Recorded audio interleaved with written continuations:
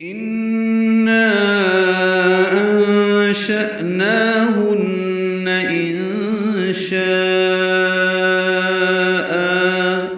ان میں نون مشدد پہ غنہ ہے، آواز ناک کے باسے میں لے جائیں گے. نا الف مدہ ہے اور اس کے بعد حمزہ آنے کی وجہ سے مد منفصل ہے، ہم اس کو 4 حرکات لمبا کرتے ہیں. انشأناہن میں نون ساکن کے بعد شین آنے کی وجہ سے اخفا ہے، شأ میں حمزہ ساکن جھٹکے سے ادا ہوگا، نون پر کھڑا زبر ہونے کی وجہ سے 2 حرکات لمبا کریں گے. ہن میں نون مشدد ہے، یہاں پہ غنہ ہوگا، آواز ناک کے باسے میں لے جائیں گے. آگے لفظ انشاءن ہے، جو ہم انشاءاللہ پڑھتے ہیں یا کہتے ہیں وہ اور ہے اور یہ اور ہے.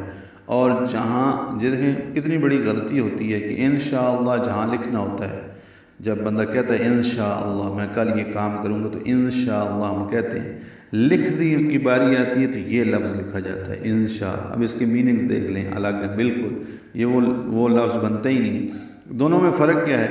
صرف یہ نون جڑا ہوا ہے اور اس میں وہ نون الگ ہے. شاء اسی طرح ہے، یہاں اس پر حمزہ پر 2 زبریں ہیں، اور جب اردو میں لکھتے ہیں تو مطلب 2 زبریں تو ڈالتے ہی نہیں ہیں، تو لفظ یہ بن جاتا ہے. یہ اتنی بڑی غلطی ہے. تو انشاء یہ والا اور لفظ ہے اور وہ اور ہے، تو یہاں پہ صرف نون جوڑا ہوا ہے، یہ فرق یاد رکھ لیں. تو اخفا ہے نون ساکن کے بعد شین آنے کی وجہ سے، شاء الف مدہ کے بعد حمزہ آنے کی وجہ سے مد متصل. ملانے کی صورت میں تنوین کے بعد فا آنے کی وجہ سے اخفا ہوگا، یعنی انشاء فجعلناہن پڑھیں گے. ہم ان کی بیویوں کو خاص طور پر نئے سرے سے پیدا کریں گے. فَجَعَلْنَاهُنَّ أَبْكَارًا.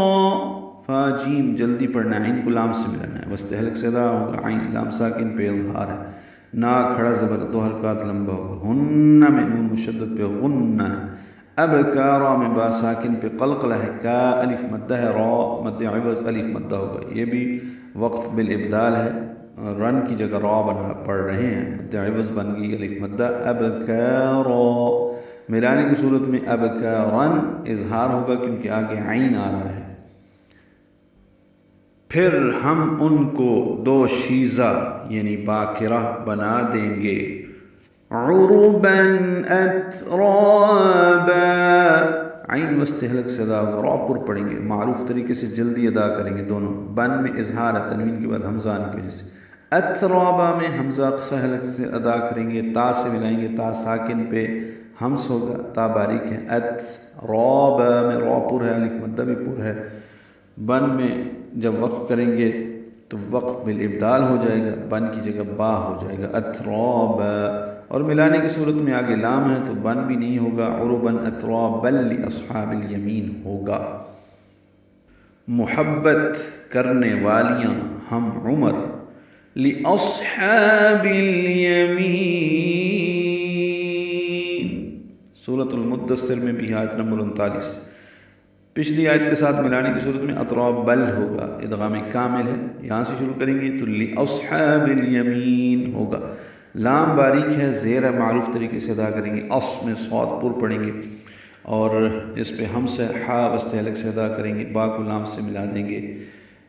لام ساکن پہ اظہار ہے، یمین میں می یا مدہ ہے، نون ساکن پہ وقفاً اظہار ہے، میم کو لمبا کرنا ہے. پہلے ہم اصحاب المیمنہ پڑھ چکے ہیں، یہاں پہ لاصحاب الیمین ہے اور آگے 2 آیتوں کے بعد اصحاب الشمال ہے. تو یہ الفاظ متشابہ کے ہیں، یعنی ترجمے کے لحاظ سے پڑھنا چاہیے کہ جہاں پہ یمین اصحاب یمین کا ذکر ہو رہا ہے تو اگر ترجمہ آتا ہو تو یہ غلطی نہیں ہوتی کہ وہاں پہ پھر اصحاب الشمال یا اصحاب المشأمہ کے الفاظ نہیں نکلتے. یہ سب دائیں طرف والوں کے لیے ہے.